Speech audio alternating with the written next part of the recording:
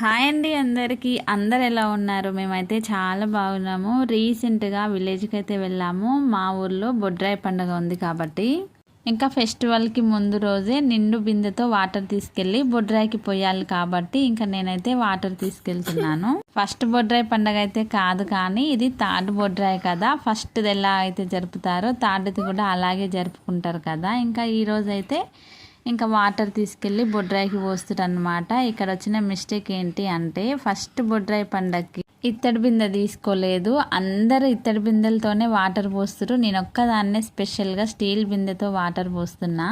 ఇంకా first time కాబట్టి నాకు తెలియదు అనమాట ఆడపిల్లలు ఇలా ఇత్తడి బిందెలు తీసుకొని రావాలని.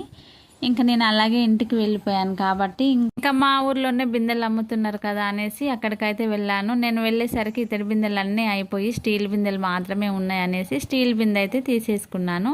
ఇంత మీ ఊళ్ళో బొడ్రాయి పండుగ ఎలా జరుపుకున్నారో కామెంట్